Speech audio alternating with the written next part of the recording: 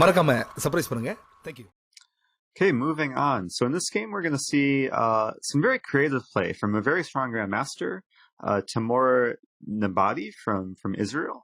And in this game, he plays some very atypical moves, which you don't see too often in London. And I want to start in this position, which, okay, we've seen this structure several times before.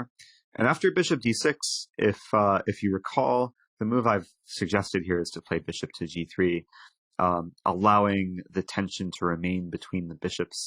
And if the bishop were ever to capture on g3, white could take back and have the open h-file.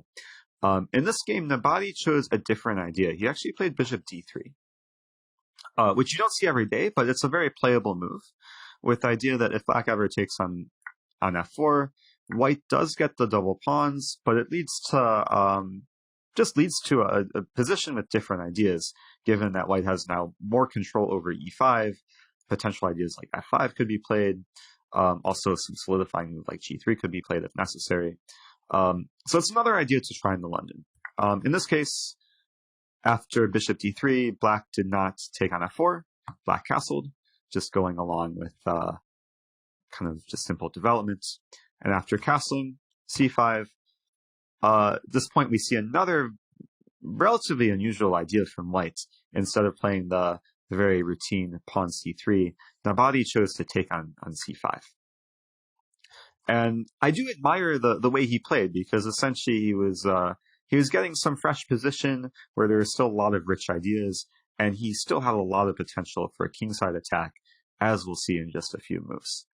So after bishop takes c5, knight c3, he goes for this pretty routine e4 break whenever you have the knight on c3, blocking your c-pawn. e4 is a move to go for.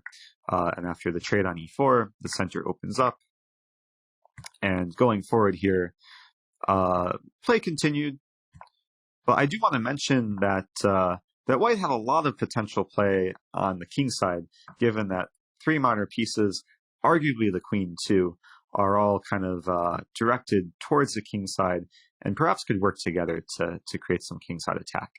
And with this game, it's absolutely incredible how quickly black just lost.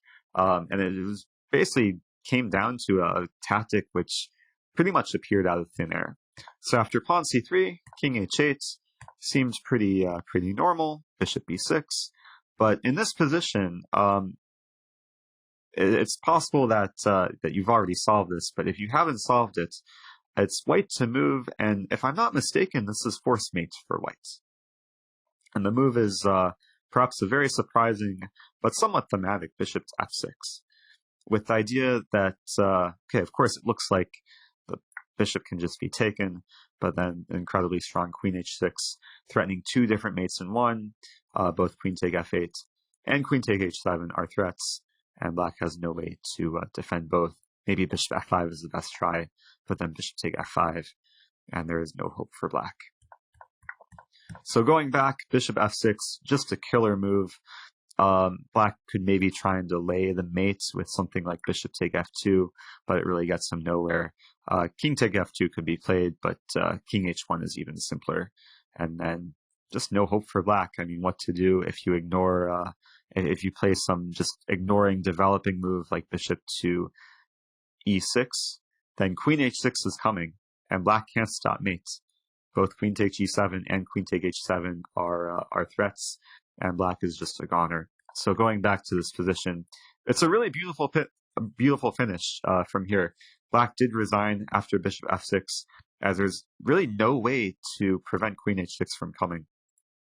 So hopefully this gives some inspiration. When you do have so many pieces directed at your opponent's king side, which is very often in the London, you want to look for some creative sacrifices. Bishop f6, obviously not a move you see every day, but sometimes you have to realize these situations and perhaps try and be a bit more ambitious, a bit more creative, especially in this situation where the majority of black's pieces are doing absolutely nothing on the queen side, and white's pieces are pretty well coordinated on directed towards the king side.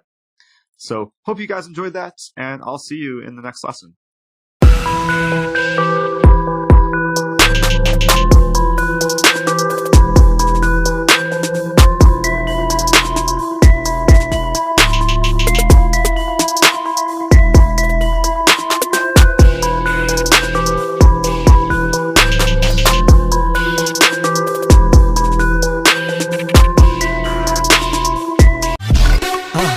மறக்காம surprise பண்ணுங்க. Thank you.